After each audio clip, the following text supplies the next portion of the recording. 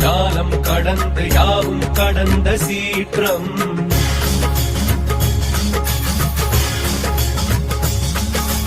அண்டம் படர்ந்து அணுவை பிளந்து அன்பில் நிறைந்த தோற்றம்.